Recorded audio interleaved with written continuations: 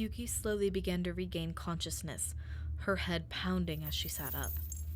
She was incredibly dazed and confused about what had happened, not having any recollection of what had happened before she lost consciousness.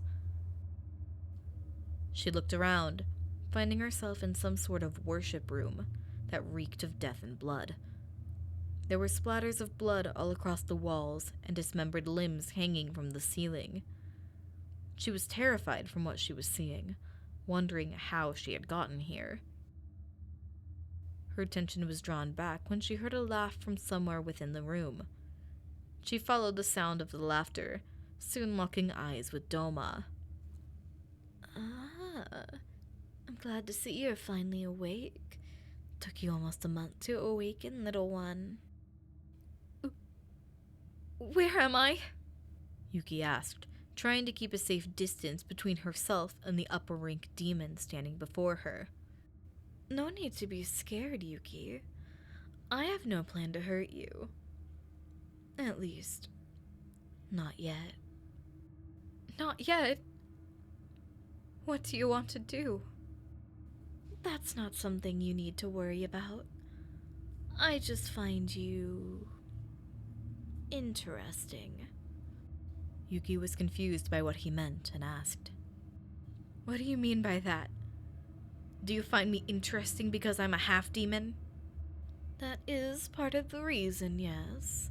But you managed to break out of my ice, which is something a normal human would get killed by in only a matter of minutes. I just want to see why you were able to resist my blood demon art.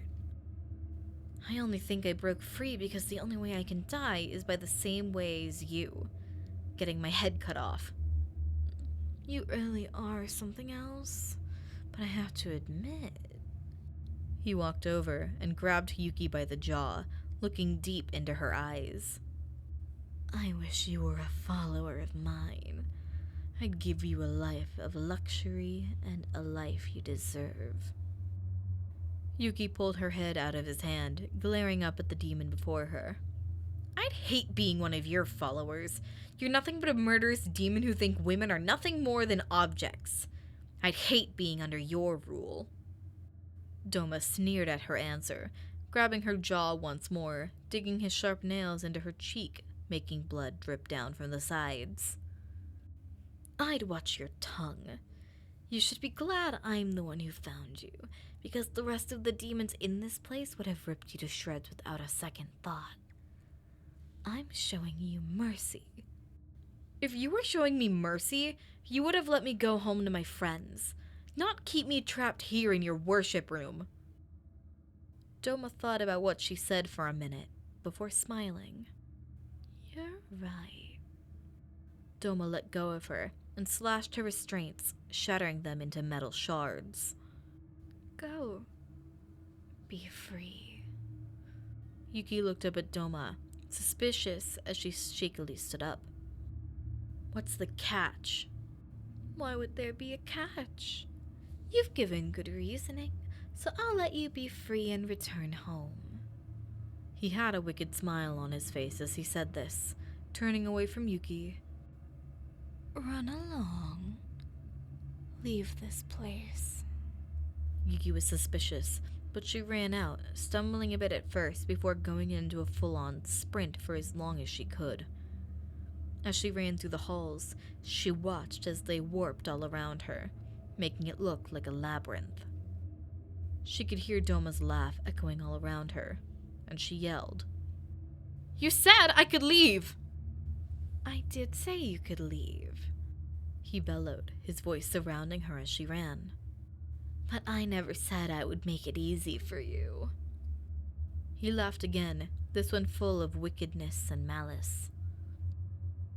Yuki was furious that she fell for his stupid trap, but she knew she needed to escape this hell. She sprinted through the halls, feeling her demonic powers surge again, her speed only increasing, but the halls of the castle continued to wind and expand further and further. She was constantly getting mocked by Doma, and even by the other demons who witnessed her, laughing and egging her on. She felt tears beginning to sting her eyes, but she couldn't let them fall. She couldn't be vulnerable. If she doesn't get out of this labyrinth now, she probably never will. She sprinted for what seemed like days, unable to make her way out. Doma was having so much fun toying with her, but Nakime had had enough with Doma's shenanigans. I think you've had enough fun, Doma. You're basically torturing her. Oh, come on, Nakime. Can't a demon have a little fun? You've been making her run around the Infinity Castle like a demon with its head cut off for almost a week at this point. She's on the verge of passing out again from her powers. I'm teleporting her back to Tokyo. She needs medical attention. Nakime plucked a string of her biwa, and Yuki got teleported out of the Infinity Castle, leaving only Doma and Nakime inside. You're no fun, Doma pouted, crossing his arms. Quit complaining. You've had your fun for long enough. Don't you have some followers who need your undying attention?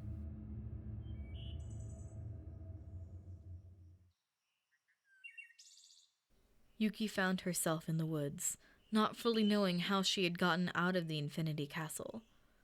She ran through the forest, searching for any signs of life. Yuki noticed that the woods looked familiar to her. She was close to the butterfly mansion. Her energy surge was coming to an end, and her vision was blurring. Through blurred vision and her weakened state, she could see the gates of the mansion in front of her. She stumbled up to the gate and raised her hand to knock on it, but her eyes rolled to the back of her head as she collapsed into the gate. Rengoku and Shinobu heard the thud at the gate and quickly rushed to see what it was. When they opened the gate, they both looked at Yuki in panic, quickly kneeling to inspect her. Yuki! Are you okay? Shinobu exclaimed, turning Yuki onto her back. Yuki lay unconscious on the floor, her body trembling and pulse weak. We need to bring her inside, now! Rengoku yelled, picking Yuki up and rushing into the butterfly mansion.